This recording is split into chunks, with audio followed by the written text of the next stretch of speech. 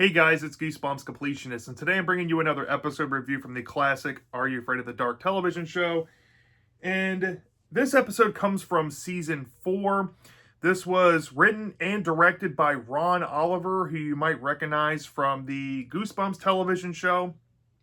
And I have here a representative of the episode. It's going to be The Tale of the Ghastly Grinner. And yes, I do have a Repop comic here. I showed this off way back in the day, and I figured why not hold this up for the video review purpose, just because I've always been a fan of comics and I've always had an affinity with this episode. Now, me and this episode go way back, y'all. The first time I saw this was on like a Nickelodeon rerun on like the early 2000s Snick around Halloween. It must have been around 2002, 2003 when I caught this for the first time. And I love this episode. It creeped me out, genuinely. I was petrified. And for a long time, and still to this day, I think I like this more than I like Attack of the Mutant, or most of the comic stories from Goosebumps. And I still hold on to that after watching it for this review purpose. It does have a few little nitpicky flaws, but this is a fantastic episode, y'all. I could totally see why The Tale of the Ghastly Grinner is one of the most iconic episodes from the whole Are You Afraid of the Dark lineup. And I do think that, knowing that this came from Ron Oliver, that without him and his directing, at least on this, I don't think it would have been near as memorable. But yeah, this is one of the more iconic Are You Afraid of the Dark monster stories. There's a lot of iconography associated with the story, and sometimes I do feel that you kind of have to separate the iconography from the source material itself.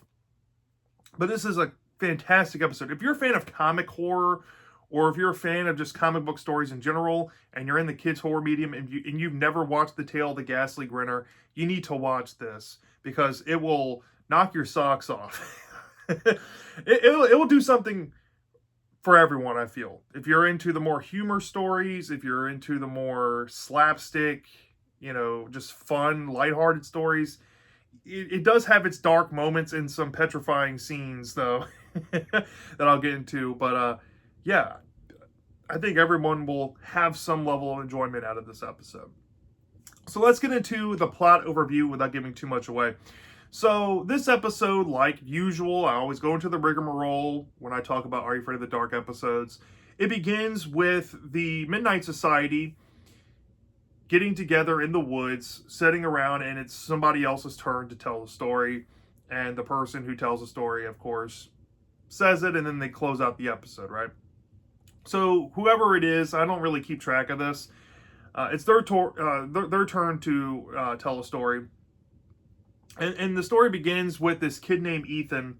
He is a comic book artist, and you can tell in his room that he draws. You can tell that he's like really immersed into the comic book hobby, and you get the sense that he takes this stuff kind of serious. And you see him pull out a bunch of envelopes that are pretty much rejection letters from a bunch of different, I guess, comic studios who just don't want to use his art. And in the pile of envelopes, and while he's stewing in sadness, he sees an invitation to a brand new comic shop at, I guess, locally in his area that just recently opened. So he decides to go check out the grand opening, and nobody is there.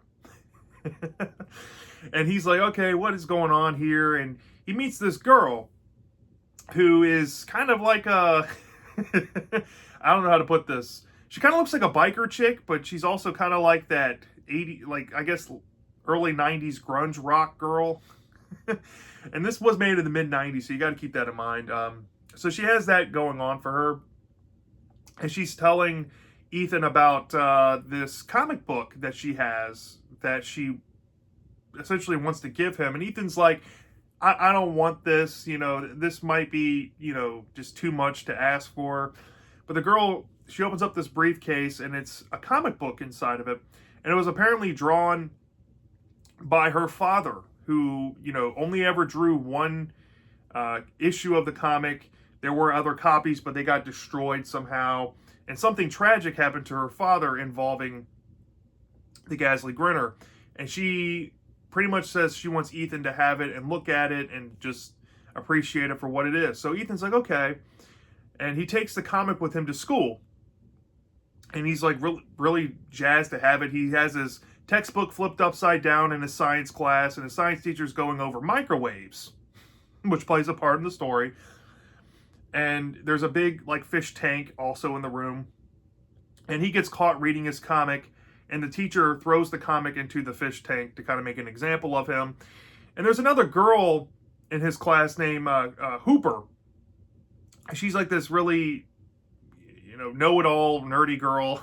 I think her full name is Hooper Piccolero. She's one of the only Are You Afraid of the Dark characters I can remember the name of completely.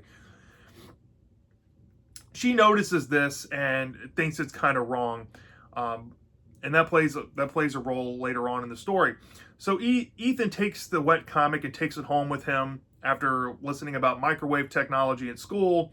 He gets this bright idea, since his one-of-a-kind comic is pretty much ruined and wet, that he's going to throw it into his microwave. And he puts it on for about 10 minutes and lets it do its thing. And while this is all going on, you have all these contraptions plugged up where the microwave's plugged in. There's a phone call, and it's from this Hooper Piccolero girl who wants to let Ethan know that what happened was kind of crappy, and she thinks it's kind of cool that he's into comics. And Ethan's like, okay, whatever. Ethan doesn't seem like he has much friends, neither does Hooper. And Hooper kind of insinuates that she's going to be coming over, maybe to hang out. And Ethan's parents know of this, and I guess Hooper's parents are coming over. And while they're on the phone, there's a loud explosion downstairs, and Hooper hears it over the phone. And Ethan, like, straight up just leaves her on hold, pretty much. And runs downstairs, and he looks at the microwave.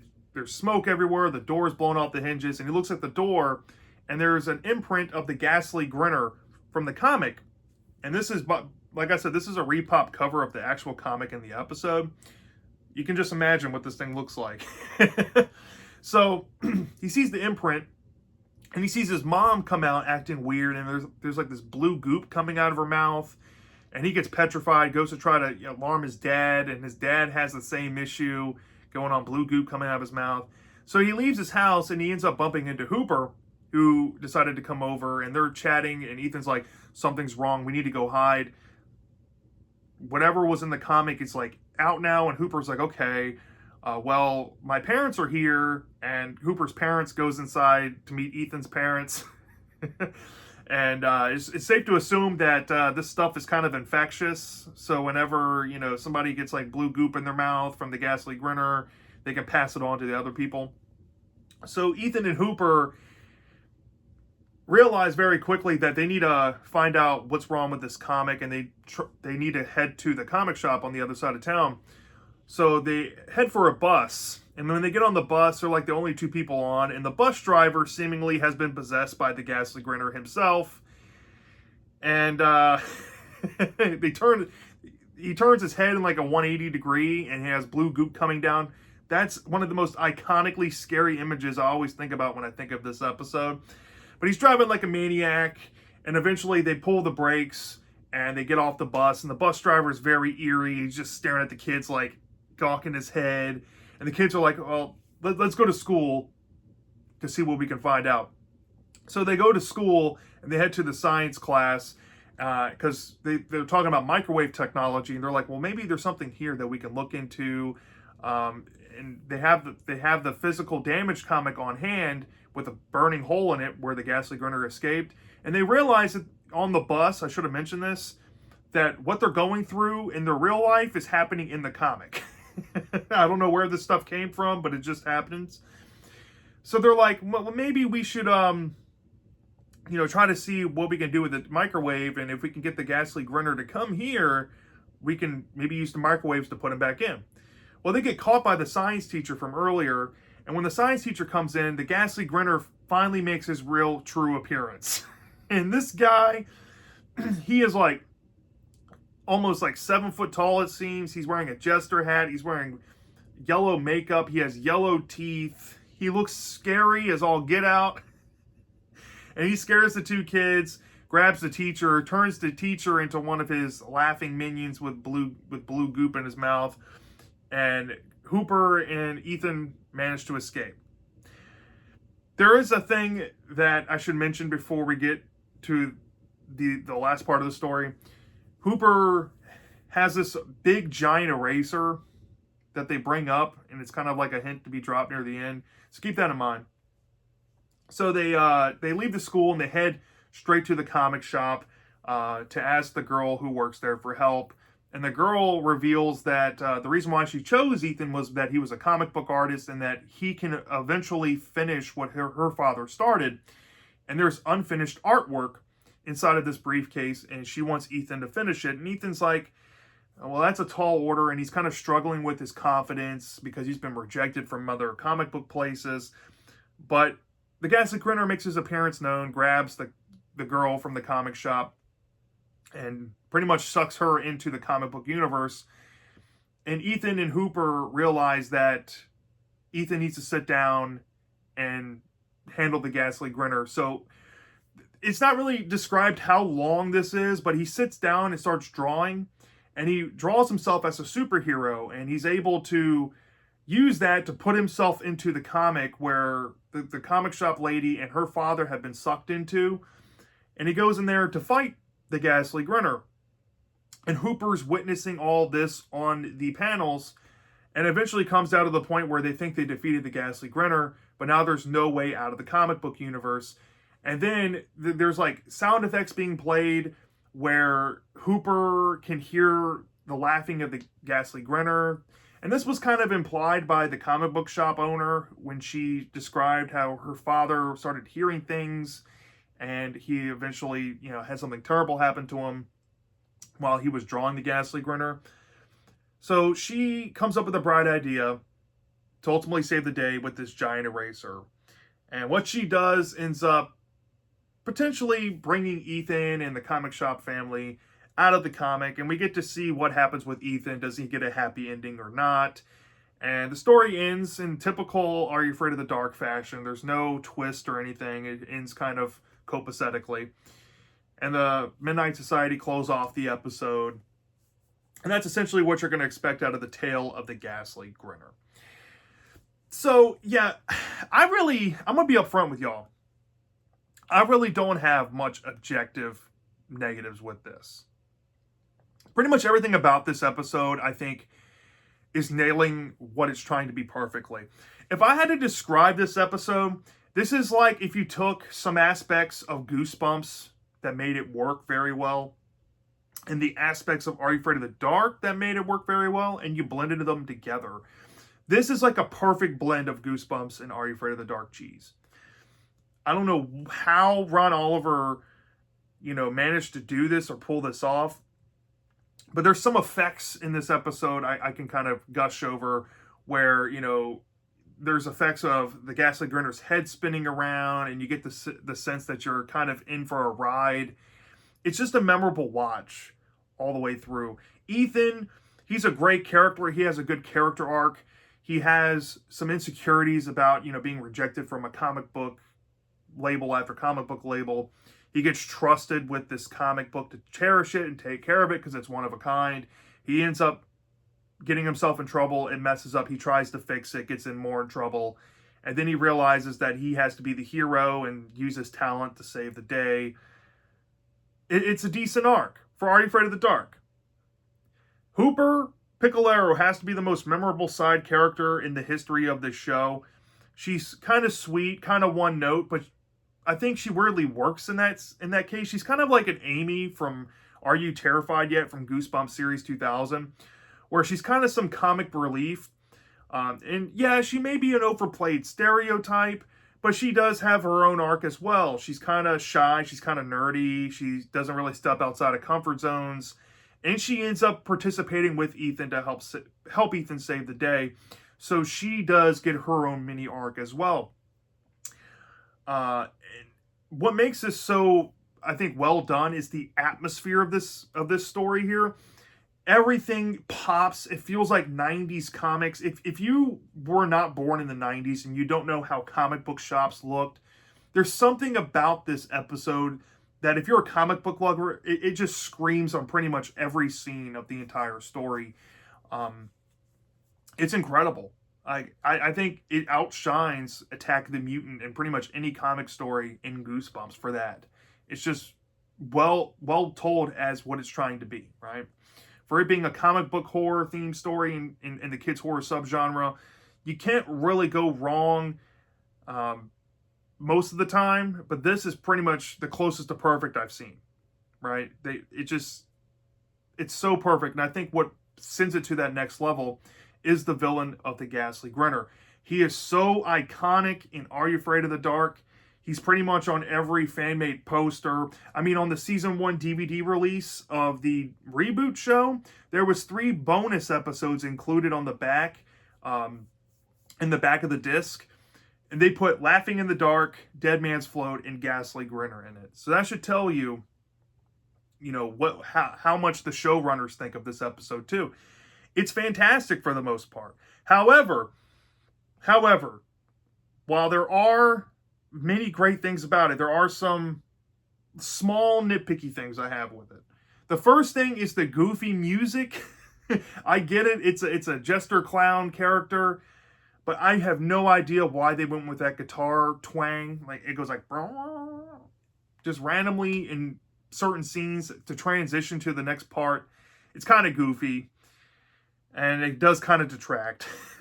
There's no real purpose there for it. And I guess my other nitpicky negative kind of comes down to just the creative liberties Ron Oliver took. I don't know, since he was the writer and director, he just kind of willy-nilly'd the concept of what was going on with the comic itself. But at first it makes total sense. He gets the comic, right? The comic is a one-of-a-kind thing. It has some weird urban legend going on with the comic book creator himself that vanished mysteriously because of it. And he's reading it and all. You think that since he's read it, or has been reading it, he would catch on that it's playing on events that are actually happening in real life to him. He doesn't catch on to that until after the Ghastly Grinner has burst out of the comic, after he's on the bus with Hooper, when he finally connects the dots. And I feel like that should have been handled a little bit better. He should have been realizing that all this stuff was happening live in color in the comic while in the science class when his teacher took it from him and put it in the water. I think that would have made a little more sense. Because I'm going to be honest, when he starts to realize that this stuff is happening in the comic itself, when it's happening in real life, it comes off kind of random when it's inserting it in the episode. And that kind of plays on to the liberty as well near the climax of the story. The Ghastly Grinner takes the comic shop owner and puts her in the comic and then just disappears from the plot just so Ethan has enough time to finish the drawing of the second issue. Now, it's implied, and I think somebody actually mentioned this on Reddit, and I kind of buy this, that all the Ghastly Grinner did was jump back into the comic. When he took the comic book shop owner, he went back into the comic with her. Or I guess the unfinished one. So Ethan had to finish it, so I guess he can reemerge. I have no idea. But that stuff really doesn't make sense when you sit down and think about it. You're like, okay, so he came to the real world, finished off the first issue after Ethan brought him back with microwaves. That is another thing that you kind of have to put some disbelief at the door, but it's fine enough. At least they don't go too far with the microwave stuff. He comes back, takes the comic book shop owner, and then he just disappears from the plot. Yeah. I guess I get what the Redditor was saying, but the way it comes across on screen just does not make sense. And it requires too much thinking for the audience to piece that together, in my opinion. But, like I said, minus those few flaws, I think this episode is very close to being perfect. It's definitely one of the best Are You Afraid of the Dark episodes out there, in my opinion. Like I said, not without its flaws, like that twang guitar sound during scene transitions is kind of goofy, and the weird liberties chosen with how this comic book stuff works, how the Ghastly Grinner comes in and out of the comic book realm, also kind of loose. But nonetheless, I think I would give this at least a 4.5 or higher. This was very exceptional. It was frightening. It had great iconic scenes, great monster. Like I said, it feels like a whole feeling story without some minor holes poking through. But I'd give this maybe like a 4.8 out of 5 and only deduct 0.2 for those things. The twang guitar is a negative, but I kind of just added that onto the liberty of the comic book function itself and just deducted 0.2, if only because if the comic book stuff was clearer and more cleared up, I would be forgiving on the music. So that's why I'm not going to deduct points on it, but it is a negative though. But yeah, this is a 4.8 out of 5. This is a very high A for me. We're starting to get into things I absolutely love and adore. This would be, I guess, S tier, Are You Afraid of the Dark all day long for me. And I think for most of you out there who are watching this, I love everything about this episode, even with its flaws. But yeah, that's my thoughts on The Tale of the Ghastly Grinner. Let me know down in the comment section. If you've seen this episode before, do you love this? Do you hate this? I'm dying to know. And I'll see you next time.